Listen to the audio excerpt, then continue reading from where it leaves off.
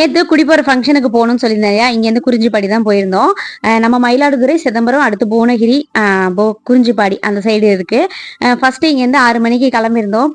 போயிட்டு ஒரு 7, 7:30 மணிக்கெலாம் அங்கே போயிட்டு காலையில் சாப்பிட்டுட்டு அங்கேருந்து ஒரு 10 மணிக்கு கிளம்பிட்டு பக்கத்தில் தான் வடலூர் வள்ளலார் கோயில் இருக்கு. அங்கே தான் ஃபர்ஸ்ட்டு போயிருந்தோம். கிரகப்பிரவேசத்துக்கு நான் மட்டும் தான் போயிருந்தேன். பாப்பாவும் அவங்களும் வரல.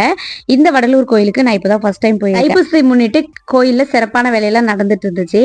இங்கே 1867 வள்ளலாரால ஏற்றப்பட்ட அணையா அடுப்பு, அந்த அடுப்பு இன்னும் அணையவே இல்லையா, அதையும் பார்த்துட்டு அப்படியே பக்கத்துல நெய்வேலி பக்கம் ஊத்தங்கால் தணிகைவேல் முருகன், இந்த முருகர் கொஞ்சம் பெரிய முருகரா இருந்தாரு.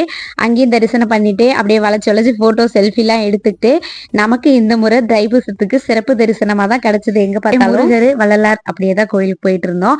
அடுத்த கோயிலுமே நம்ம முருகர் கோயில் தான் போயிருந்தோம். நான் இதுவரையும் போகாத கொளஞ்சேப்பர் கோயிலுக்கு தான் போயிருந்தேன்.